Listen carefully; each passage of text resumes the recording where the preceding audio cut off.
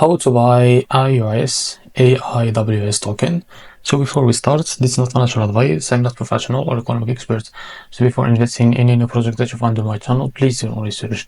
Now before going and buy this token, make sure to check the account and keep following the updates about this token. So this token, as you can see, if you check this post, you will see that it is available in the screener. So as you can see, if you want to buy this token, but before that, as you can see, the liquidity here unlocked by 100%.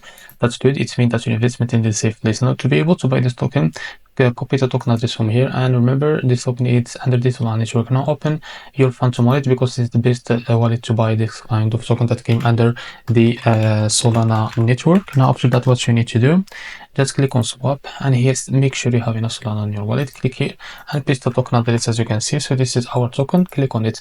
Now here type how much you want to buy. Wait a few seconds to be able to see how much you receive. So this is it. Now here select the provider, for example Jupiter, and make sure to read all of that information here.